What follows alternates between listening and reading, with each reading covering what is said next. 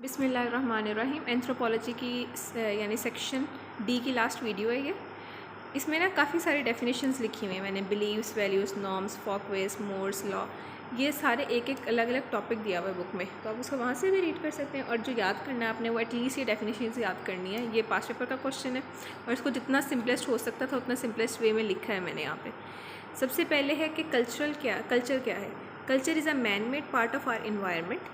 It consist of beliefs, values, norms and perception. किसी की जगह के रस्म रवाज, रवायात, ये एक man made part of environment है, वहाँ के लोग इस कल्चर को बनाते हैं। इसमें बिलीव्स आती हैं, लोगों की वैल्यूज़ आती हैं, नॉर्म्स एंड परसेप्शन। अब ये बिलीफ, वैल्यूज़, नॉर्म, परसेप्शन क्या है ये हम नीचे देखेंगे। When someone follows culture, it produces a behavior that is acceptable within the society. एक जगह का जो कल्चर है, जब वो एक इंसान उसको फॉलो करेगा तो वो बड़ा एक्सेप्टेबल होगा सोसाइटी में।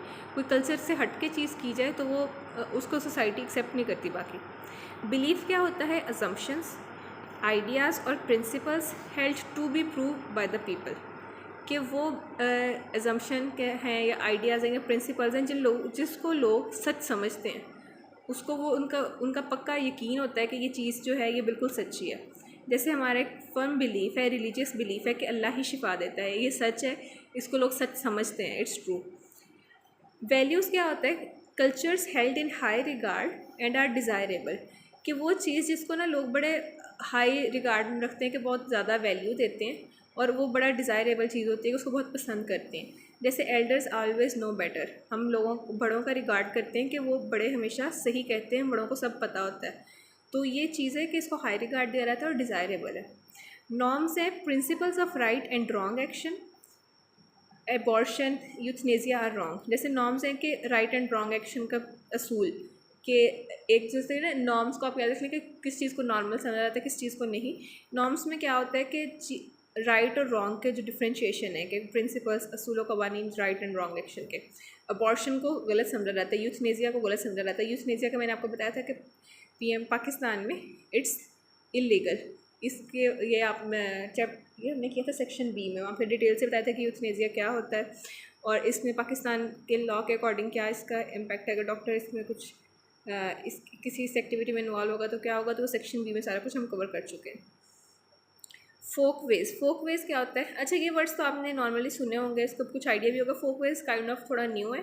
Customs to label and act socially correct. इसमें है लेबल लिखा हुआ।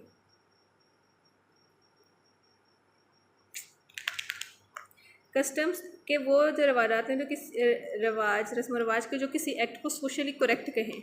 जैसे ऑफरिंग्स के वो कस्टम्स जिनको ना customs to label and act socially correct के कुछ रवायात हैं, रस्म व रवाज हैं जिनको हम लोग सोशली अच्छा समझते हैं, करेक्ट समझते हैं। जैसे हम किसी बड़े को सीख देना, बड़ों का एहतराम करना। उसके बाद मोड्स हैं defines what is wrong, right and wrong and their violation result in strong punishment, but it is not formally written but respected with same feelings as written one. अच्छा, मोड्स ना काइंड ऑफ लॉ है, लेकिन ये unwritten law होता है। कि जैसे ना आप कह लें, जैसे पंचायत सिस्टम वगैरह नहीं होता कि कुछ एक गांव के एक एरिया के लोगों ने अपने असूल लो कवानीन बनाए होते हैं कि ये चीज़ ठीक है लेकिन ये गलत है। अब यहाँ पे राइट एंड रॉन्ग के प्रिंसिपल्स हमने नॉर्म्स में भी कहा था। मोड्स में क्या है कि इसमें सज़ा भी दी जाती है, जो कोई उस चीज़ से हट के एक्ट करता है, रॉन्ग करता है, तो उसको स्ट्रॉन्ग पनिशमेंट दी जाती है। अब लॉ क्या है? Formally written rules and regulation. Modes की ज़्यादा जो एक्यूरेट फॉर्म है वो लॉ है कि इसको फॉर्मली लिखा होता है, रेगुलेशंस होती हैं और ये एक थोड़े ब्रॉड स्केल पे पूरे मुल्क में अप्लाई हो रहे होते हैं laws and regulations by the government. It is important for the doctor to note that most people believe that their culture is superior to all. बहुत से लोगों की ये राय होती है कि जो उनका रिस्पेक्टिव कल्चर है वो सबसे सुपीरियर है। Therefore, cultural and social biases must never be confronted by a doctor. तो डॉक्टर ने इस कल्चरल या सोशल बायस में कभी भी पढ़ना ही नहीं है, इस लड़ाई में नहीं जाना। उसने हर कल्चर के लोगों को इक्वली ट्रीट करना है और उसने इस बहस में नहीं पढ़ना कि कोई इंसान अलग किस कल्चर से आया। उस कल्चर में हमने देखा ना कि जब ये थेरापेटिक्स में था, फैक्टर्स जो सोशल कल्चर फैक्टर्स इफेक्ट करते थेरापेटिक्स को, तो आपने किसी का अगर वो कहता है कि ये उसके कल्चर में नहीं इंजेक्शन को सही समझते, तो आपने डिबेट में पढ़ना ही नहीं है। आप फर्स्ट ट्राई कर सकते, उसको थोड़ा काउंसिल कर सकते। अगर वो नहीं मानता then leave it to him. आपने उसको किसी इस तरह के झगड़े में नहीं पड़ना कल्चरल वॉर के अंदर।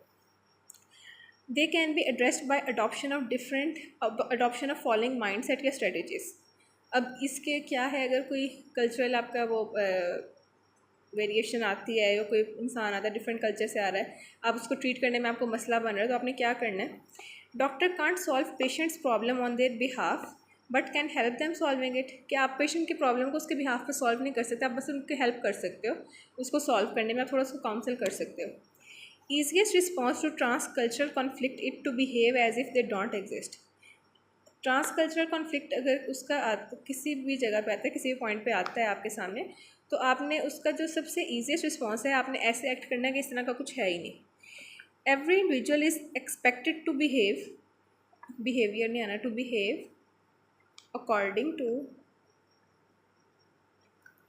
According to unwritten ethics and customs and that diversity of behaviour should be expected. अब हर इंसान ने अपने जगह के कस्टम्स के अकॉर्डिंग बिहेव करना है, जो कि अनरिटन कस्टम्स हैं, अनरिटन लॉज हैं, मोर्स हैं, उन मोर्स ये वाले की बात करें, अनरिटन लॉज या मोर्स हैं, उसने उसके अकॉर्डिंग एक्ट करना है, तो इस चीज़ को आपने एक्सेप्ट करना है, it should be accepted. One can make mistakes in transcultural interactions but one should readily accept and acknowledge them and learn from them to never repeat them. अगर आपसे कोई किसी किस्म का ट्रांस कल्चरल इंटरेक्शन में कोई mistake हो जाती है, तो उस पर डट नहीं जाना, आपने फ़ौरन पेशेंट से एक्सक्यूज़ कर लेना, उससे माफ़ी मांग लेनी है, उसको अपनी गलती को एक्नॉलेज करना है और उस चीज़ से सीखते हुए कि आप उसको दोबारा रिपीट नहीं करेंगे, यू कैन मूव ऑन। अच्छा, अब ये सारी वो स्ट्रेटजीज़ थी, ये सजेशंस थी कि कल्चर क्या है, कल्चर के हमने पार्ट्स करनी, कल्चर की डेफिनेशन आपने एज इट इज़ करनी है और इनकी भी डेफिनेशंस याद करनी सबकी। बिलीव्स क्या होता है, वैल्यूज़ क्या है, नॉर्म्स, फोकवेज, मोर्स, लॉ, और उसके बाद डॉक्टर इसको कैसे डॉक्टर ने डील करना है, ये इसका क्वेश्चन अलग से भी आ सकता है, आपको ये डिफाइन करने के लिए भी आ सकता है, और ये पास्ट पेपर का क्वेश्चन है। बुक से मैं आपको एक दफ़ा दिखा देती हूँ। स्टिग्मा कर लिया हमने, स्टिग्मा को आपने देखने एक दफ़ा इसकी डेफिनेशन भी एज इट इज़ याद करनी है। Stigma is defined as a mark of disgrace और हैविंग शेमफुल डिफरेंस। इसके कुछ एग्जांपल्स मैंने आपको दे दिए। उसके बाद इस चैप्टर में से ना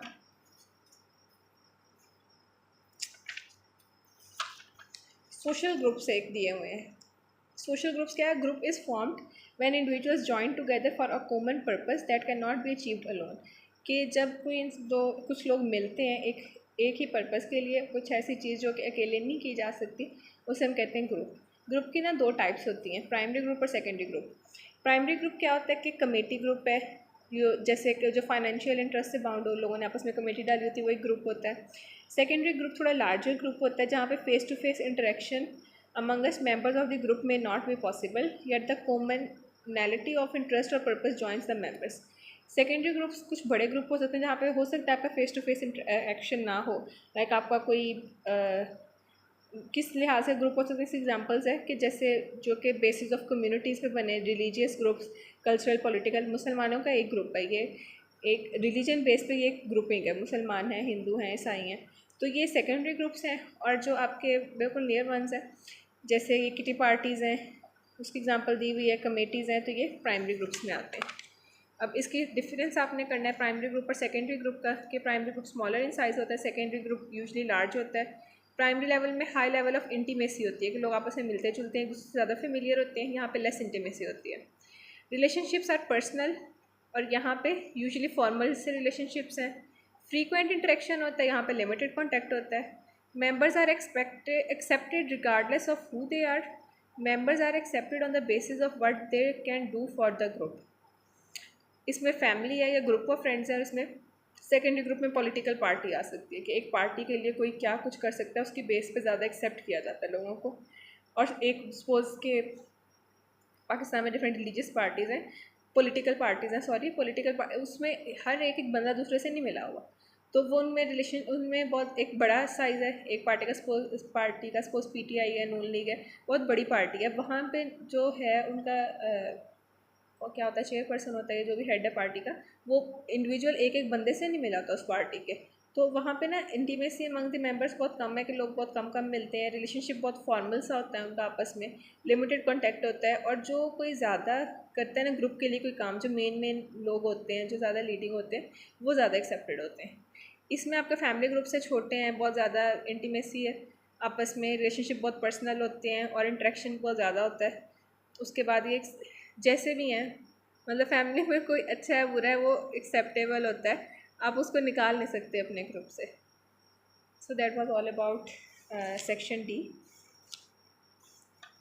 सिक रोल में क्या होता है कि एक इंसान ना कोई बीमारी हुई है, वो उससे रिकवर भी कर गया, बट स्टिल ना वो अपने आप को ना क्या कहते हैं उसको, अपने जो ऑब्लिगेशंस एंड ड्यूटीज़ हैं ना उनसे वो एक्सक्यूज़ कर रहा होता है, वो खुद को बीमार ही समझ रहा होता है, नॉर्मल लाइफ एक्टिविटीज़ परफॉर्म नहीं कर रहा, तो उसको हम सिक रोल कहते हैं कि he is still acting like a sick. उसके बाद ये है ट्रीटमेंट एडहेरेंस कंप्लायंस, आपको डिटेल से पढ़ा दिया है। कल्चर हो गया, एंथ्रोपोलॉजी हो गया, डेफिनेशन इसकी आपने याद करनी है, ये सारे वो आ गया बिलीव्स वैल्यूज़ नॉर्म्स, इनकी डेफिनेशन याद करनी है आपने। फोक अवेज मोड्स लॉ ये सारा कुछ करवा दिया मैंने आपको।